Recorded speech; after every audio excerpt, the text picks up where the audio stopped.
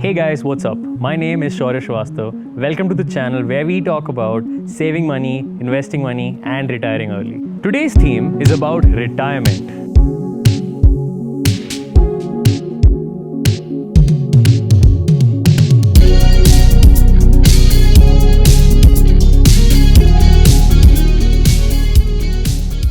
Over the last 6 years, I've been working as a data analyst. I've worked for 4 different companies. And what I've really observed is that we put in so much time to solve problems for companies, help them optimize their business, but we really don't put in much time to understand our own finances. Maybe our own personal finance is the most interesting and rewarding problem to solve for. As a social experiment over the last couple of years, I started asking friends, family, and colleagues, what does retirement really mean to you? And how much money do you need to retire? These are some of the most common responses that I usually get. I need 50. Retire? I'm never going to retire. 50 crores. You only retire once from the world. 50 crore dollars. It would be really nice to have a place of my own. Like a cafe in Amsterdam. I need at least 2 houses. My company has finally started valuing me.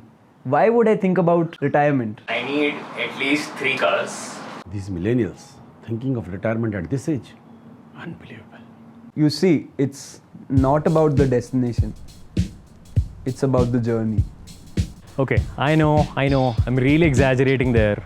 But one thing that's clear to me is that we do not know how to look at retirement. We do not have a fixed structure on how to approach retirement and how to talk about it. And if you really think about it, you have support systems and structures for education at every single stage. Whether it's your 10th boards or your 12th boards, or you want to get into a college, you have a bunch of institutions there to support and guide you on how to make it to each college. You have all possible support systems when it comes to getting a job. There are job fairs, there are companies, there are agencies which will help you get jobs.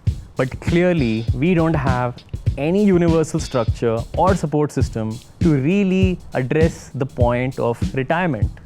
And I know a lot of you must be thinking, hey Shaurya, I don't want to retire now and sit all day doing nothing. Why should I care about this? Theoretically, retirement is just a state where you are not forced into compulsory work and you have the control to decide whether you want to continue or not. You could continue because you just love doing that job, or you could stop and fulfill a lifelong dream, or you could start working on your own startup. Retirement could be whatever you want it to be. So in some sense, financial freedom is the modern state of retirement to strive towards. So this video will focus on the different states of financial independence that you could strive for, and how much money do you really need to get there. And speaking of structures, I want to introduce you to the FIRE movement. The FIRE movement stands for Financial Independence, Retire Early. It's an online community of people dedicated to being financially independent, and they dive into the analytics and numbers of how you can retire at any age you want. This movement was started in the 90s, but post 2010, in the information age and in the era of millennials, this movement has sort of really gained a lot of traction. If you want to know more about the FIRE movement, I'll drop in a link below. I myself have been part of the FIRE community for a little over 2 years now, and this community and movement has had such a profound impact on my life that I'm making it the central theme of my channel. I strongly recommend you to explore and start your own journey on the path of FIRE. It's all about figuring out how much money you need to not work a single day for the rest of your life. The math is actually quite simple, as each of us come with a different set of requirements. These are 4 different financial independent states that you could aim for. The first state is called lean FIRE. This is the kind of state where you say, I'm going to live my life on bare minimum costs and focus on minimalism. Your lifestyle may not support you buying the next iPhone, but you still get all the basics. The focus will be on frugality and focusing on a life without luxury. The second option is what I like to call freelance FIRE. This is a state where your savings or investments could cover a good chunk of your costs, but not all of them. This is a point where you could say, hey, maybe I could move on from my full-time job and maybe take some part-time work to cover the additional expenses. You could have a lot more flexibility with work, and you will have the power to say, hey, I want to take the next 2 weeks off. And maybe then I'll take the next project that comes by. But you'll be able to free up a large chunk of your time and have the ideal work-life balance. The third state is called investment fire.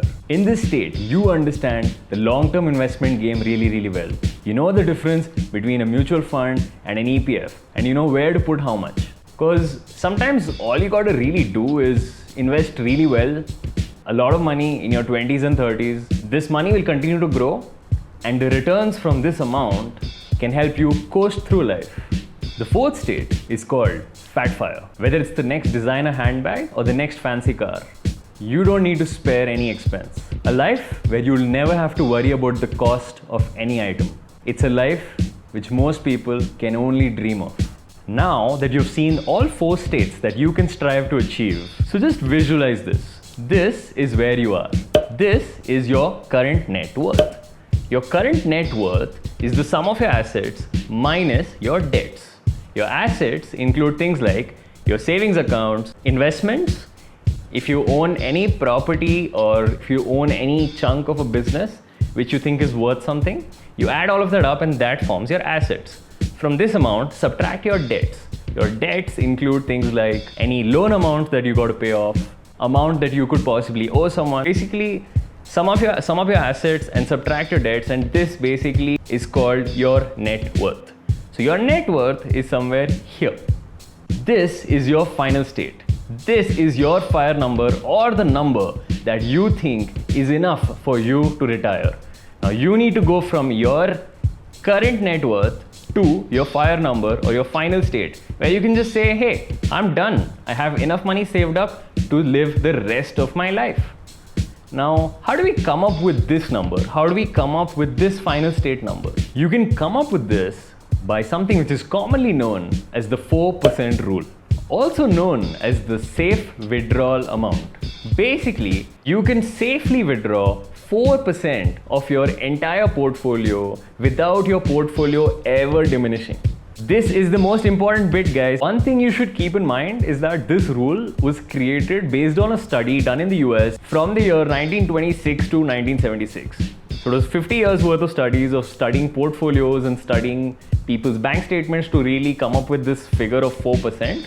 And we are in 2020 now. So one thing which we got to factor in that this number is seriously outdated, right? I suggest the 8% rule. So if you can live off 8% of your net invested amount, you will basically never ever run out of money. So in other words, what you need to ask is, what are my annual costs? And can I find a way to fit them within 8% of the net amount that I own or the net amount that I have invested? So let me try to explain you with an example of how, using all of these concepts, we're going to just come up with this figure of how much money you need to retire. I can quickly just go through the 4 states of financial independence that I want to aim for, and I can find the suitable one. So for example, for me, I think I find freelance fire the most suitable, where I'm going to cover a majority of my expenses using my savings or investments, and maybe if there's an additional cost or there's more that I would want to cover, I'll have to do that with the part-time work or the freelance work that I would pick up. I have to really scrutinize and think how much money would I like to cover through the investment bit. So let's say I need to cover approximately 6 lakhs per annum or 50,000 rupees per month in terms of costs that needs to be generated automatically without me putting in any effort. You got to multiply this by the inverse of 8%, which is nothing but 12.5.